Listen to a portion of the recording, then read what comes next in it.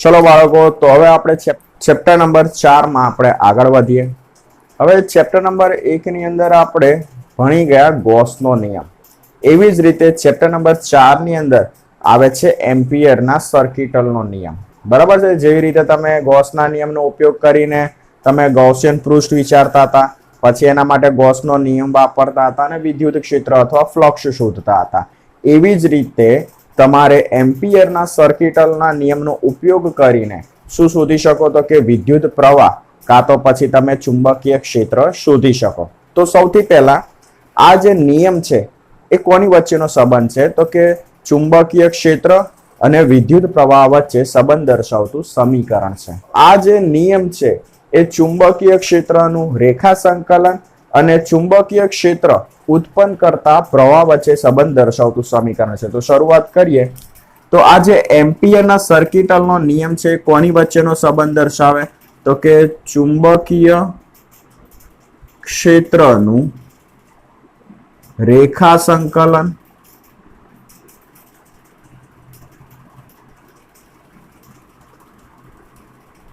તથા ચુંબકીય ક્ષેત્રો ઉત્પન્ન કરતા પ્રવાહ.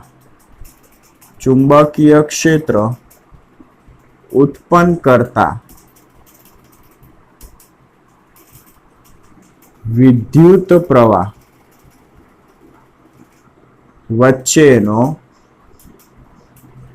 સંબંધ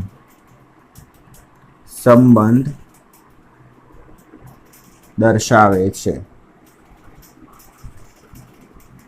બરાબર. જે પ્રવાહ વડે ચુંબકીય ક્ષેત્ર ઉત્પન્ન થાય છે એ પ્રવાહ અને ચુંબકીય ક્ષેત્રના રેખા સંકલન વચ્ચેનો સંબંધ દર્શાવે. હવે નિયમ લખીએ. કોઈ પણ બંધ વક્ર પરનું ચુંબકીય પ્રેરણ તે બંધ વક્ર દ્વારા ઘેરાતા વિદ્યુત પ્રવાહ અને શૂન્યાવકાશની પરમિએબિલિટીના ગુણાકાર બરાબર. તો હવે સ્ટેટમેન્ટ લખીએ આપણે. તો સ્ટેટમેન્ટ શું છે? તો કોઈ પણ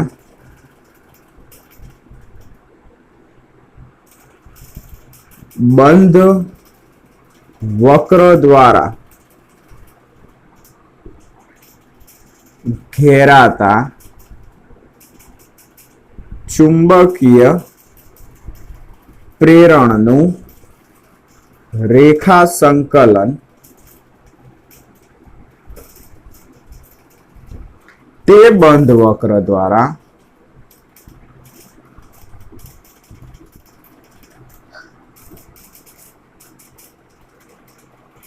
ઘેરાતા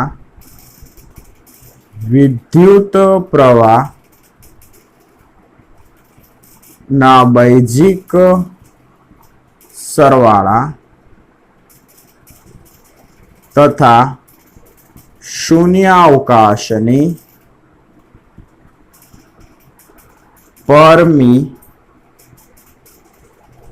પરમિએબિલિટી ના ગુણાકાર બરાબર હોય. હવે નિયમ પરથી ઇક્વેશન લખીએ તો તમને શું કીધું છે? કોઈ પણ બંધ વક્ર દ્વારા ઘેરાતા ચુંબકીય પ્રેરણનું રેખા સંકલન એટલે શું આવશે? સંકલનની ઉપર આવી રીતે તમે મીંડું કરો ને એટલે તમને શું સમજાવે કે આ રેખા સંકલન સદિશ બી ઇન્ટુ સદિશ ડીએલ આ ચુંબકીય ક્ષેત્રનું રેખા સંકલન. બરાબર. એ કોના બરાબર હોય?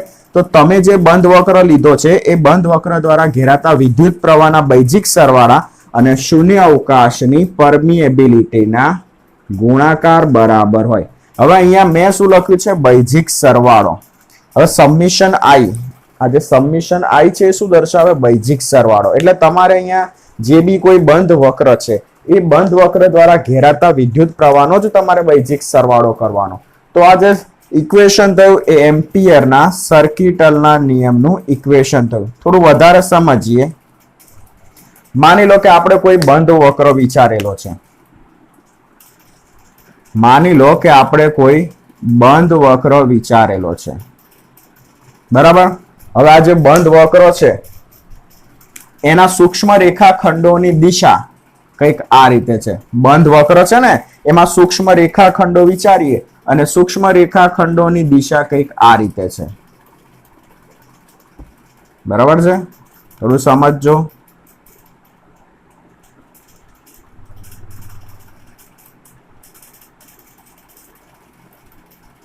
તો આ શું છે? તો આપણે જે બંધ વક્ર વિચાર્યો એ બંધ વક્ર પર સૂક્ષ્મ રેખાખંડોની મેં અહીંયા દિશા દર્શાવી. હવે માની લો કે આ જે બંધ વક્ર છે એના દ્વારા ઘેરાતો વિદ્યુત પ્રવાહ તો હું અલગ અલગ બતાવું.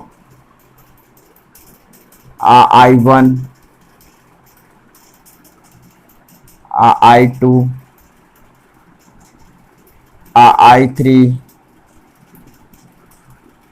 I4 અને અહીંયા બતાવી દઈએ I5. બરાબર છે. તો નિયમ શું કે છે કે કોઈ પણ બંધ વક્ર પરનું ચુંબકીય પ્રેરણનું રેખા સંકલન કોના બરાબર હોય? તો આ બંધ વક્ર દ્વારા ઘેરાતા વિદ્યુત પ્રવાહના બૈજિક સરવાળા અને શૂન્યાવકાશની પરમિએબિલિટીના ગુણાકાર બરાબર હોય. એટલે તમારે અહીંયા ધ્યાન શું રાખવાનું? કયા પ્રવાહનો બૈજિક સરવાળો કરવાનો? તો જે પ્રવાહ બંધ વક્ર દ્વારા ઘેરાતા હોય ને એમનો જ બૈજિક સરવાળો કરવાનો. એટલે I1 અને I5 એ બંધ વક્ર દ્વારા નથી ઘેરાતા, તો પછી તમારે એમનો બૈજિક સરવાળો નહીં કરવાનો. બરાબર. અહીંયા થોડું લખી નાખીએ તમારા માટે. જ્યાં જમણી બાજુ સમિશન I એ બંધ વક્ર દ્વારા ઘેરાતા વિદ્યુત પ્રવાહનો બૈજિક સરવાળો દર્શાવે છે.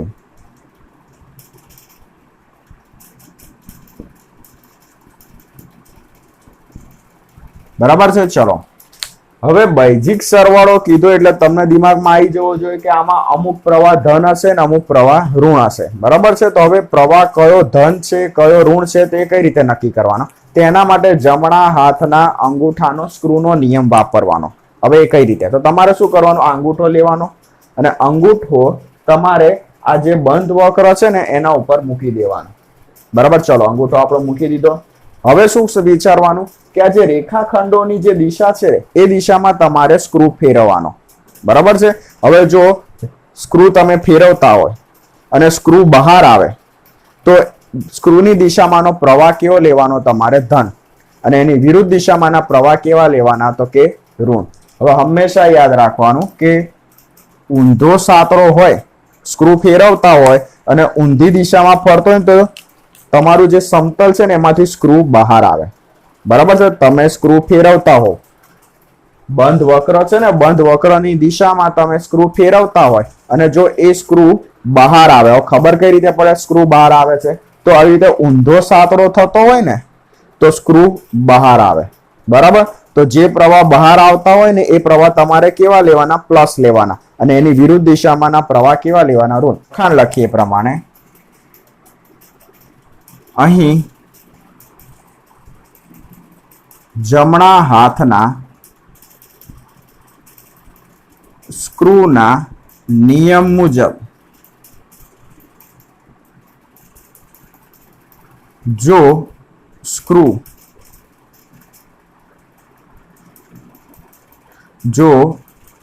સ્ક્રૂને ફેરવતા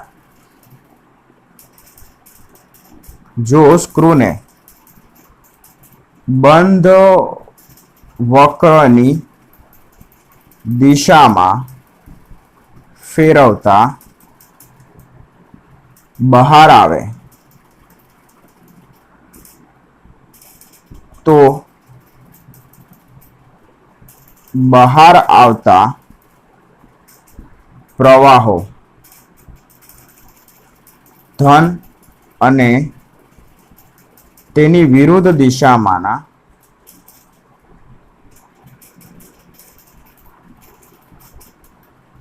પ્રવાહો ઋણ લેવા.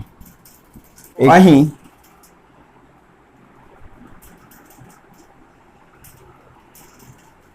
રેખાખંડની દિશામાં સ્ક્રૂ ફેરવતા સ્ક્રૂ બહાર આવશે. આથી I2 અને I4 ધન તથા I3 ઋણ થશે. બરાબર છે. એટલે હું submission I is equal two plus I2 minus I3 plus I4 લખી શકો. બરાબર છે. તો આ રીતે તમારે શું કરવાનું હોય છે? જમણા હાથના સ્ક્રૂનો નિયમ વાપરવાનો હોય છે અને એના ઉપરથી તમારે પ્રવાહનો વૈજિક સરવાળો કરવાનો હોય છે. બરાબર. હવે આગળ આપણે શું જોઈશું તો કે એક અતિ લાંબો તાર લઈ લઈએ અને અનંત લંબાઈ ધરાવતા તાર વડે ઉદ્ભવતા ચુંબકીય ક્ષેત્રનું સમીકરણ મેળવીએ. બરાબર. ચલો બાળકો, તો હવે જોઈ લઈએ આપણે તો કે એમ્પિયરના સર્કિટલના નિયમની મદદથી અનંત લંબાઈ ધરાવતા વિદ્યુત પ્રવાહ ધારિત સુરેખ તાર વડે ઉદ્ભવતું ચુંબકીય ક્ષેત્રનું આપણે અહીંયા સમીકરણ મેળવીશું. અને સમીકરણ તમારે યાદ બી રાખવાનું છે કેમ કે દાખલાઓમાં એનો ઉપયોગ થશે. તો માની લો કે આપણી જોડે આ શું છે તો કે અનંત લંબાઈ ધરાવતો કોઈ વિદ્યુત પ્રવાહ ધારિત તાર છે. આ તારની અંદરથી પ્રવાહ કેટલો પસાર થાય છે? માની લઈએ કે I જેટલો વિદ્યુત પ્રવાહ પસાર થાય છે. બરાબર. તાર કેવો છે? અનંત છે. મેં ઉપર અને નીચે જુઓ ડેશ લાઈન બતાવેલી છે એટલે તાર હજી ઉપર અને નીચે બે જગ્યાએ આગળ વધે છે. તો હવે આપણે શું કરીશું? તાર જે છે ને, તારને આપણે અક્ષ તરીકે લઈ લઈશું અને તારથી R અંતરે એક બિંદુ P વિચારી લઈશું અને આ બિંદુ P પાસે ઉદ્ભવતું ચુંબકીય ક્ષેત્ર વિચારીશું. તો માની લો કે અહીંયા કોઈ બિંદુ P છે અને આ બિંદુ P પાસે આપણે શું મેળવીશું? ચુંબકીય ક્ષેત્ર મેળવીશું. હવે આ બિંદુ P છે તારથી કેટલા અંતરે છે? તો માની લઈએ કે તારથી R અંતરે છે. હવે હું શું કરીશ તો અનંત લંબાઈના વિદ્યુત પ્રવાહ ધારિત તાર વડે આપેલા બિંદુ P પાસે ઉદ્ભવતું ચુંબકીય ક્ષેત્ર મેળવવા માટે એમ્પિયરના સર્કિટલનો નિયમ વાપરીશ.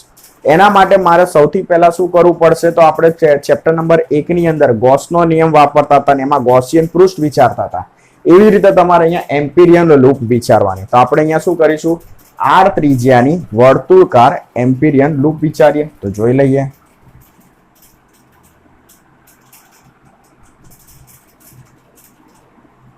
બરાબર. તો આપણે આ શું કર્યું? R ત્રિજ્યાની એક એમ્પિરિયન લૂપ વિચારી. તો પેલા લખાણ લખીએ. આકૃતિમાં દર્શાવ્યા મુજબ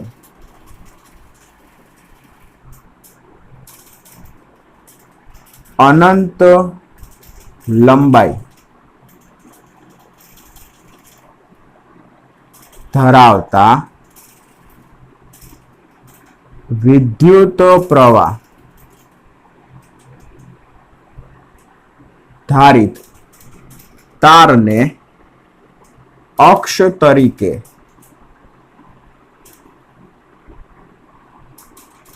લઈ તારથી R અંતરે આવેલા બિંદુ P પાસે ચુંબકીય ક્ષેત્ર મેળવીશું. બરાબર છે. હવે એના માટે આપણે શું વિચારીશું? એક એમ્પિરિયન લૂપ વિચારીશું. આ માટે R ત્રિજ્યાનું વર્તુળકાર એમ્પિરિયન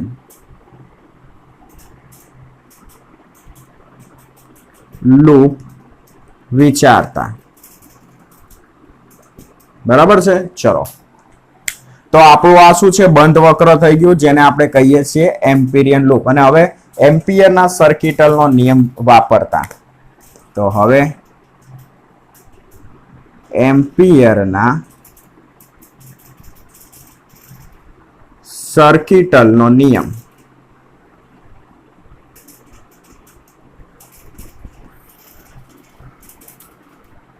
વાપરતા. બરાબર. તો બેઝિક ઇક્વેશન તો આપણને યાદ જ હોવું જોઈએ. સંકલન સદિશ B ઇન્ટુ સદિશ DL is equal to μ0 submission I. હવે સબમિશન I એટલે આપણે ભણી ગયા કે બંધ વક્ર દ્વારા ઘેરાતો પ્રવાહ. પણ તમે અહીંયા જુઓ, બંધ વક્ર છે, બંધ વક્ર દ્વારા ઘેરાતો પ્રવાહ કેટલો છે? I છે. તો પછી તમારે સબમિશન I ની જગ્યાએ શું લખવાનું? ખાલી I જ લખવાનું. બંને સદિશો છે, ડોટ પ્રોડક્ટ છે વચ્ચે, બરાબર છે. તો સદિશમાંથી અદિશમાં આપણે ફેરવીએ તો જોઈએ શું થાય છે. b into dl cos theta is equal to mu 0 I, કારણ કે summation I is equal to આપણે શું લખવાનું છે અહીંયા I, બંધ વક્ર દ્વારા ઘેરાતો પ્રવાહ I છે. હવે અહીંયા થીટા શું લઈશું આપણે 0 લઈએ, પરંતુ થીટા is equal to 0 લેતા આ શું છે, સૂક્ષ્મ ખંડની લંબાઈ અને ચુંબકીય ક્ષેત્ર બી બંને એક જ દિશામાં હશે, બરાબર છે. હવે તમને અહીંયા એક બીજી વસ્તુ શીખવાડી દઉં કે માની લો કે આ તાર છે આપણો, તો તાર વડે ઉદ્ભવતું ચુંબકીય ક્ષેત્રની દિશા શું હશે, બરાબર. તો એના માટે જમણા હાથનો નિયમ વપરાય છે. તમારે શું કરવાનું, તમારે શું જાણવું છે કે આ જે તાર છે એમાંથી જે પ્રવાહ પસાર થાય છે એના વડે ઉદ્ભવતા ચુંબકીય ક્ષેત્રની દિશા શું હશે. તો તમારે શું કરવાનું, જમણા હાથનો ઉપયોગ કરવાનો. એમાં જે અંગૂઠો છે ને, આ અંગૂઠો એને પ્રવાહની દિશામાં ગોઠવવાનો, બરાબર. પ્રવાહની દિશામાં ગોઠવવાનો અને પછી ધીરે ધીરે આંગળીઓ બંધ કરવાની. તો આંગળીઓ જે દિશામાં આગળ વધે ને એ દિશામાં તમારા ચુંબકીય ક્ષેત્રની દિશા થઈ. જેમ કે માની લો કે આ તાર છે, આપણે શું કરવું છે, આ તારમાંથી જે પ્રવાહ પસાર થાય છે એ પ્રવાહ વડે ઉદ્ભવતા ચુંબકીય ક્ષેત્રની દિશા જાણવી છે. તો પ્રવાહ ક્યાં જાય છે, ઉપર જાય છે, બરાબર છે. હવે આ જ તારને હું આડો કરું છું તો પ્રવાહ ક્યાં આવશે, તમારી બાજુ આવશે. અને હવે હું શું કરીશ, અંગૂઠાને પ્રવાહની દિશામાં, એટલે કે અંગૂઠો તમારી બાજુ આવશે, બરાબર છે ને. હવે આંગળીઓ હું બંધ કરીશ તો આંગળીઓ કઈ દિશામાં આગળ વધી, આ દિશામાં. તો એ દિશામાં વર્તુળાકાર ચુંબકીય ક્ષેત્ર હશે, બરાબર. કોઈ પણ તાર વડે ઉદ્ભવતું ચુંબકીય ક્ષેત્ર વર્તુળાકાર રિંગ તરીકે હોય, પણ પ્રવાહ તમારી બાજુ આવે છે એટલે જમણા હાથનો અંગૂઠો મેં તમારી બાજુ ગોઠવ્યો અને હવે આંગળીઓ હું બંધ કરીશ તો આંગળીઓ જે દિશામાં આગળ વધે એ દિશામાં તમારા ચુંબકીય ક્ષેત્રની દિશા થઈ, બરાબર છે. ચલો, તો હવે અહીંયા સૂક્ષ્મ ખંડ dl અને ચુંબકીય ક્ષેત્રની દિશા બંને વચ્ચેનો ખૂણો 0 લઈ લઈએ તો જોઈએ શું થાય છે. b અહીંયા સંકલન b into dl cos 0 ની value 1 is equal to mu 0 I. હવે ચુંબકીય ક્ષેત્ર b શું હશે, અચળ હશે, તો એને હું બહાર મૂકી દઈશ. સંકલન dl is equal to mu 0 I. હવે સંકલન dl, માની લો કે આ જે સૂક્ષ્મ ખંડ છે બિંદુ p પાસે આપણે સૂક્ષ્મ ખંડ વિચારીએ, બરાબર છે. હવે સૂક્ષ્મ ખંડની લંબાઈ કેટલી છે, માની લો કે dl છે. હવે આવા સૂક્ષ્મ ખંડ આ વર્તુળાકાર રિંગ પર તો કેટલા, ઘણા બધા હોય, બરાબર. આ જે આપણે લૂપ વિચારી, બંધ વક્ર જે વિચાર્યું, એ બંધ વક્ર પર આવા સૂક્ષ્મ ખંડો તો ઘણા બધા હોય. દરેક સૂક્ષ્મ ખંડોની લંબાઈનો હું સરવાળો કરું તો મને શું મળે, આ વર્તુળાકાર લૂપની લંબાઈ મળે. વર્તુળાકાર લૂપ છે તો લંબાઈ કોના બરાબર થાય, તો કે પરિઘ બરાબર. તો અહીંયા શું લખી શકું, પરંતુ સંકલન dl is equal to 2 pi r. તો b into 2 pi r is equal to mu 0 I. ચલો, b ને કરતા બનાવી દઈએ તો mu 0 I upon 2 pi r. આ જે ઇક્વેશન થયું એ શેનું ઇક્વેશન થયું, તો કે અનંત લંબાઈ ધરાવતા વિદ્યુત પ્રવાહ ધારિત સુરેખ તાર વડે ઉદ્ભવતું ચુંબકીય ક્ષેત્ર. તો અહીંયા નીચે લખી નાખું, જે અનંત લંબાઈ ધરાવતા વિદ્યુત પ્રવાહ ધારિત તાર વડે ઉદ્ભવતું ચુંબકીય ક્ષેત્રનું સમીકરણ છે. ક્લિયર? ઓકે, ચલો બાળકો, તો હવે જોઈ લે ખૂબ જ અગત્યની થિયરી, નામ છે સોલેનોઇડ, બરાબર છે. તો સોલેનોઇડ વિશે તમારે સૌથી પહેલા માહિતી મેળવી પડશે કે સોલેનોઇડ એટલે શું, એના વડે ચુંબકીય ક્ષેત્ર કેવી રીતે ઉત્પન્ન થાય છે, કઈ રીતે ઉત્પન્ન થાય છે, એની આપણે પહેલા માહિતી મેળવીશું. પછી શું કરીશું, તો અનંત લંબાઈ ધરાવતા સોલેનોઇડ વડે અંદરના વિસ્તારમાં ઉદ્ભવતા ચુંબકીય ક્ષેત્રનું સમીકરણ મેળવીશું. પણ સૌથી પહેલા આપણે જોઈ લઈએ સોલેનોઇડ. સૌથી પહેલા સોલેનોઇડ એટલે શું તો સમજાવું તો યોગ્ય આધાર લઈ લેવાનો અને એ આધાર ઉપર તમારે તારને શું કરવાનું, વર્તુળકાર વીંટાળતા જવાનું, બરાબર. અને એવી રીતે વીંટાળવાનું કે બે આટા છે ને એકબીજાની પાસે રહે. તમે તાર વીંટાળો, આપણે ફિરકી ઉપર દોરી વીંટાળીએ તો દોરી કેવી એકબીજાની પાસે વીંટાળતા હોઈએ છે. તો એવી જ રીતે તમારે યોગ્ય આધાર ઉપર તારને વર્તુળકારે એવી રીતે વીંટાળવાનું કે જેથી બે તારના બે આટા એકબીજાની પાસે રહે અને કેવું ગૂંચળું તૈયાર થાય, હેલિકલ. આપણે સ્પ્રિંગ જોઈ છે ને, સ્પ્રિંગ કેવી હોય એ હેલિકલ ગૂંચળું કહેવાય. તો સૌથી પહેલા વ્યાખ્યા લખીએ. તો વ્યાખ્યા એકદમ ઈઝી. પાસે વીંટાળેલા પરંતુ અલગ કરેલા વાહક તારના હેલિકલ ગૂંચળાને સોલેનોઇડ કહે છે.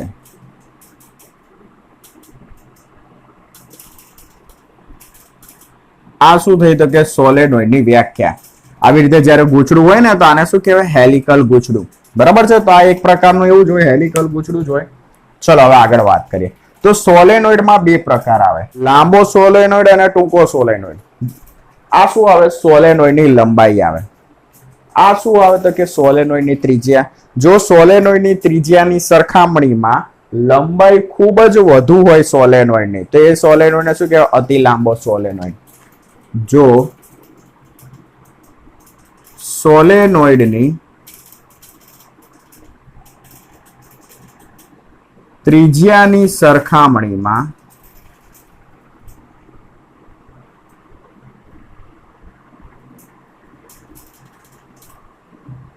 લંબાઈ ઘણી જ વધુ હોય તો તેવા સોલેનોઇડને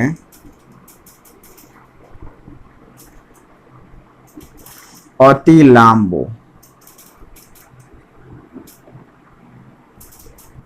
લાંબો સોલેનોઇડ કહે છે. અને જો ત્રિજ્યાની સરખામણીમાં એની લંબાઈ ઓછી હોય તો પછી એને ટૂંકો સોલેનોઇડ કહે.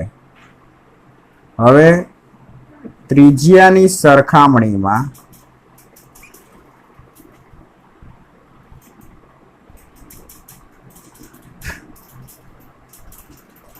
સોલેનોઇડની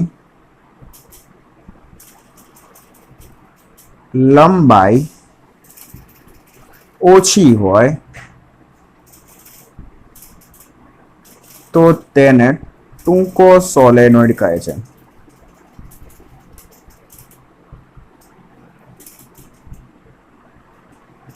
ચલો હવે આ જે છે એ શું છે, સોલેનોઇડ. હવે સોલેનોઇડ ને શું કરેલું તો ફરીથી રિપીટ કરું કે યોગ્ય આધાર ઉપર વાહક તારને ખૂબ પાસે આવી રીતે વીંટાળેલા હોય, પછી એમાંથી તમે શું પસાર કરતા હોય છો, પ્રવાહ પસાર કરો છો, બરાબર છે. એક છેડેથી પ્રવાહ દાખલ થાય ને બીજા છેડેથી પ્રવાહ બહાર નીકળે.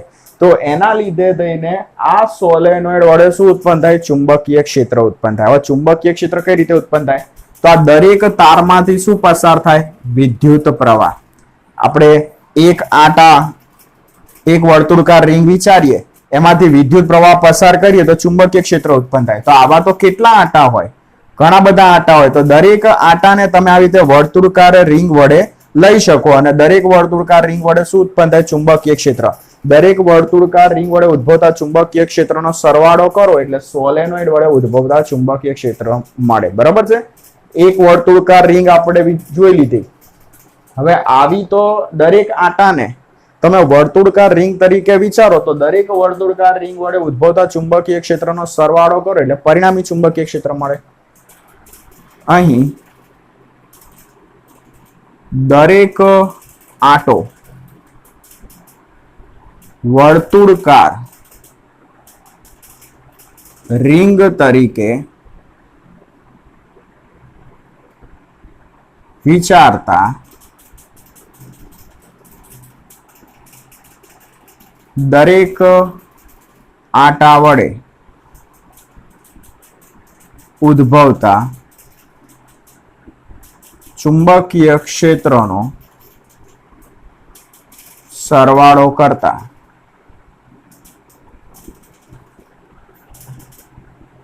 સોલેનોઇડ વડે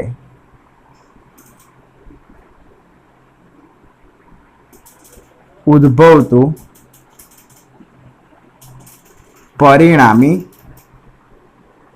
ચુંબકીય ક્ષેત્ર મળે.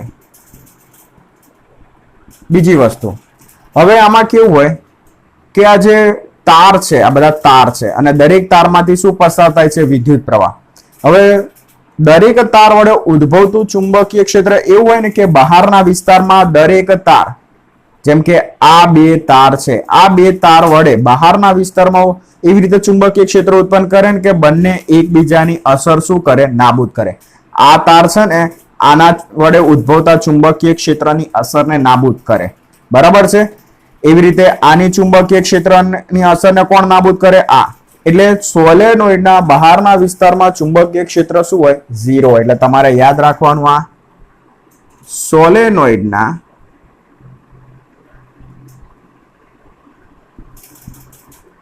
બહારના વિસ્તારમાં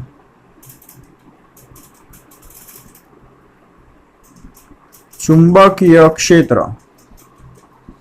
0 હોય.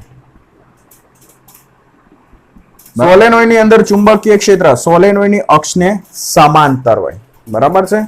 અંદરના વિસ્તારમાં ચુંબકીય ક્ષેત્ર 0 ના હોય તો સોલેનોઇડના અંદરના વિસ્તારમાં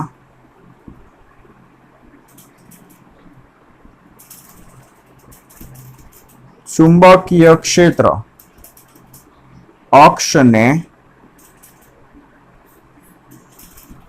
સમાંતર હોય. બરાબર? એટલે બેઝિક વસ્તુ શું યાદ રાખવાની કે સોલેનોઇડના બહારના વિસ્તારમાં ચુંબકીય ક્ષેત્ર 0 હોય. જે બી કઈ ચુંબકીય ક્ષેત્ર ઉત્પન્ન થાય એ અંદરના વિસ્તારમાં ઉત્પન્ન થાય. બરાબર? તો નેક્સ્ટ લેક્ચરમાં આપણે શું મેળવીશું તો કે સોલેનોઇડ વડે ઉદ્ભવતા ચુંબકીય ક્ષેત્રની વાત કરીશું. બરાબર?